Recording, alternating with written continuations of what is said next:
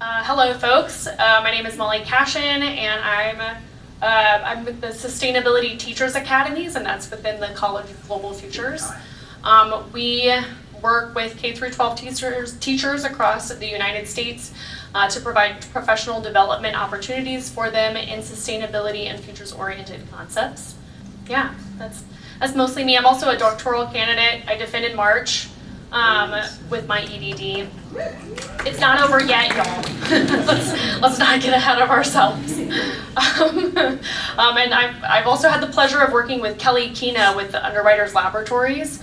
She's a phenomenal partner and an excellent thought partner in how we can more deeply engage with educators for a more resilient world and future. So, Bridget, who is not able to be with us today, but she's a student. She's a fellow with the ULRI fellowship that we put together with Kelly for local area teachers, and she's also a student at the School of Sustainability.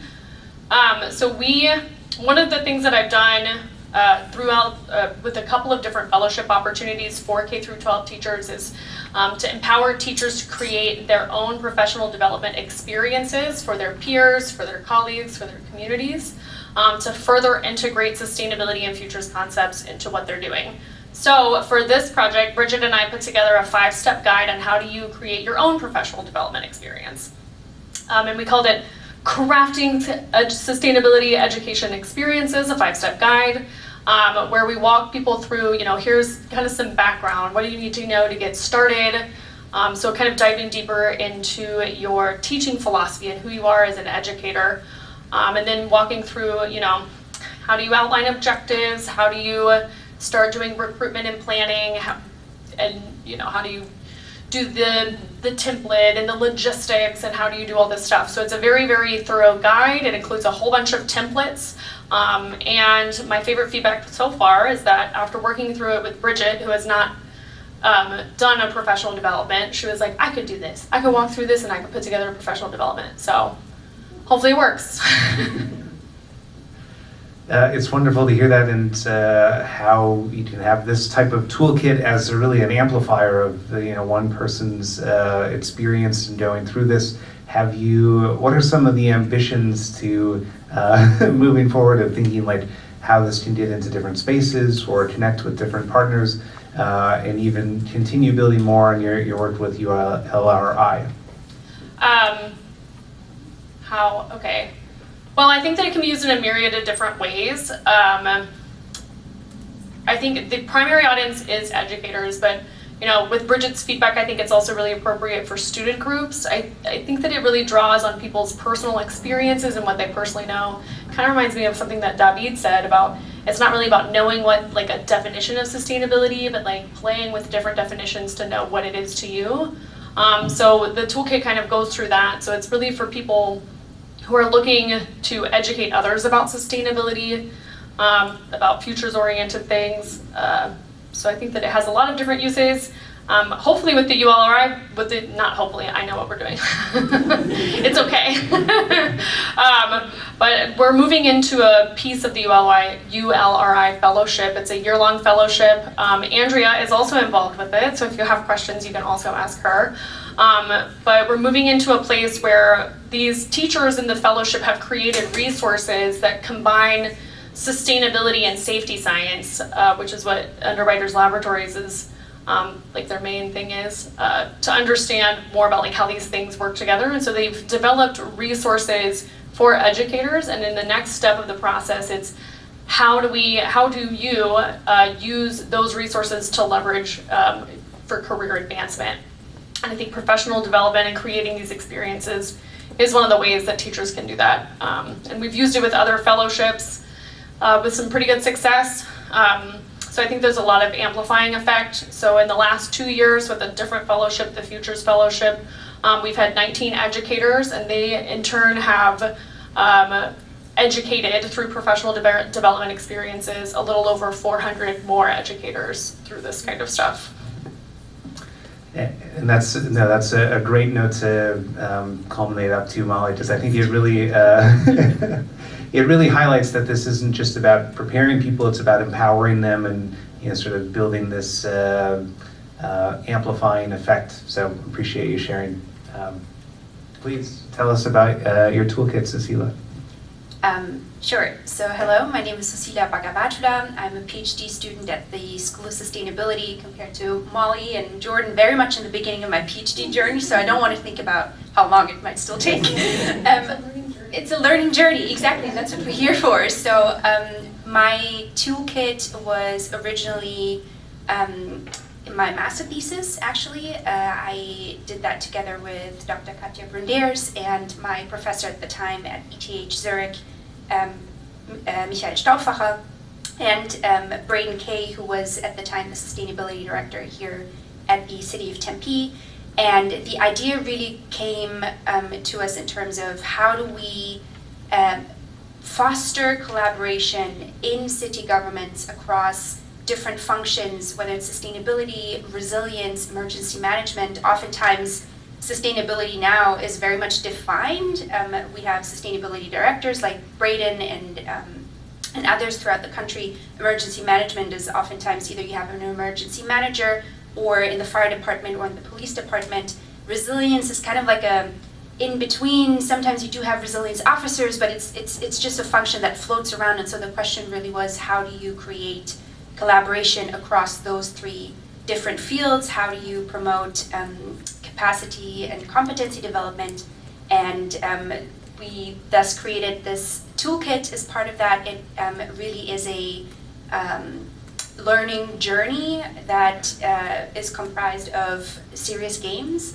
Serious games, as the word already implies, is a game-based way of learning. So it really is a game with either cards or board that you can use to learn certain things. In this case, it was topic sustainability, resilience, emergency management, but really the soft skills of collaboration. How do you speak to others? How do you learn about others, etc. So as part of that, we created an introductory meeting, which is one of the 5 trainings as part of the sequence in the toolkit that really opens up, to everybody why we're doing this, what the intention is. Ideally, you would want to play with your colleagues, with whoever you're, trying to create that collaboration, stakeholders, whether it's within your organization, with other people, whether it is with, community-based organizations, students. And so the introductory training really is setting the scene. And then there are 3 serious games. Each of them were developed by different people and scholars. The first one actually is an emergency management-based training that was developed here by the fire chiefs in the city of Tempe around cybersecurity. And then the second one was developed by Dr. Lauren Withicombe-Keeler here at the Global Futures College at SFIS School for Future Innovation in Society, I believe. And then the last one was actually developed by the Urban Sustainability Directors Network. They have a bunch of different trainings. Kristen Baja was the one who developed this, and so we really took trainings that already existed and included those into this training series to really make it more holistic. The reason that we took a bunch of different ones is really to make it topic specific while also promoting that collaboration aspect. So the goal is to have a somewhat modular learning experience where you can, at some point, hopefully we'll have an entire resource list when you say, cybersecurity is currently not really our topic, we would rather want to focus on a different one, for you to really pick and choose the topics that you're interested in the different sections in order to then really create a learning experience, collaboration experience that is the most fruitful for you and your organization. It's wonderful to hear some of these different applications that are already coming out of this. And one of the things we've heard a couple of times now with these different toolkits is the notion of play and how they can allow you to really explore what sustainability looks like in practice or personally or in your connection to those around you. I wonder if you could give us sort of pitch on this idea of using serious games as a way to learn and also prepare people in their roles related to sustainability. How is play powerful in these serious games? What's the reason to engage in them? I mean, I think one of the things that we learned as part of some of the other toolkits, the particularly what Sarah also mentioned, the excitement and the openness that particularly kids have, or students have, younger students, to learning is really something that we as adults sometimes, in our roles, in our functions, might kind of have forgotten or have unlearned in a way. And so the notion of a game really is supposed to help you embody a learning experience more so than just sit there, in a meeting or in a workshop where someone is lecturing to you and you don't really take anything away from it. So a lot of the games are actually role-based. So you really, you pull a card, you take on a role that is not your own, really trying to expand your horizon and learn whatever the competency is, whether it is a topical knowledge, deepening your understanding about cybersecurity in an emergency management context, or it is really how do I communicate in the role that I am given as part of this game to someone with a different role. How do I think about this? And it really takes a more joyous element. At least that was the feedback that we've gotten as part of this notion of a serious game. That's wonderful. Yes, joy is inseparable from learning, right? So it's wonderful points. Do we have any questions for our panelists?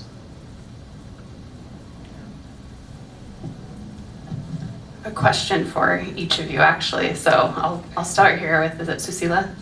Okay. So as I understand, this game is for folks that are already working, perhaps in like the municipal space.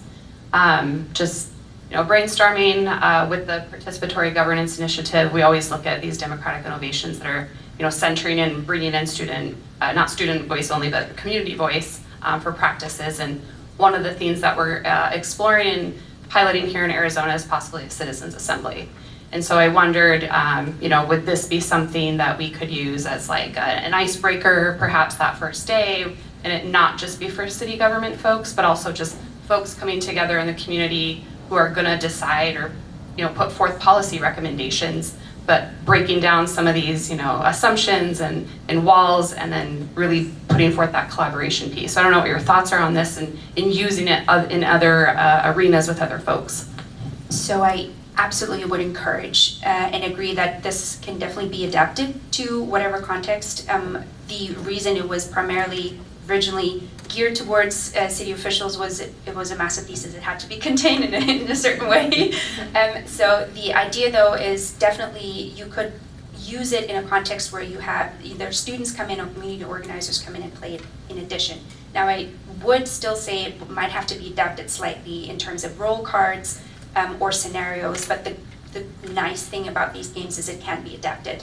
Whether you just add a role and say, okay, we might need a specific, now I don't know exactly which, a student, for example, as a role card in there, so that you then can either play in your own role or you could play in a different role and have that additional person be part of the conversation. So I do definitely think that there's an adaptability aspect that games, in particular these games, really have, yeah. This is for you, but you can also answer. You had brought up the idea of that like future thinking, and that's one of the sustainability competencies. So I don't know if either of you, just you, it's up to you, how you want to talk about that aspect. 'Cause I think the other panels we glossed over it, but it was in there kind of alluded to. But the sustainability competencies, as I have been looking at them, is that they're very much a skill-based piece. And so I wondered how you could expand on that and how you're kind of building up those skills for that future thinking, and then whatever other sustainability competencies and what skills you're also building out. Ooh, great question.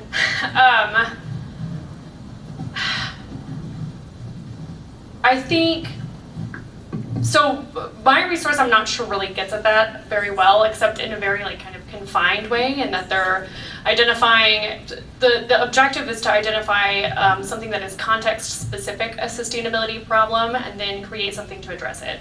So in that way they're like, what is the future that I want to see here, and then how do I create an education product in order to get there? So kind of sort of, and it's very malleable. I have seen some workshops where they really dive deep into that futures thinking, where they're like, let's envision a deep, rich future for our school, and then doing some visioning exercises along that. So I think that it's open, but I would say that that's, I'm not sure that I address it nearly as well as maybe I should, which is, that is what it is. What about you? Actually, I think that's one of the things that I probably missed in the introduction. All the games are actually tested according to the key competencies in sustainability and emergency management, which I completely missed. But the goal really was to see how these games portray or teach those competencies. One, the sustainability competencies, key competencies in sustainability, but then also the kind of the flip side of it, which was the the core competencies in emergency management. And so particularly, for example, the second game, the picture that you can see here it's called Future Shocks and City Resilience, was created by Dr. Withicombe-Keeler on the basis of those key competencies. So you really have certain activities that were geared towards, for example, futures thinking, really thinking about future scenarios. What would happen if? How do we then think about how that affects our system? How that might affect our values? Who do we then prioritize in a case of a flood or whatever? So those games were really geared towards also the learning, and as part of the testing that we did, all the games actually did have learning occur within each of the competencies across the 5 different trainings that we did. So that was one of the things that I missed. Any additional questions for our panelists?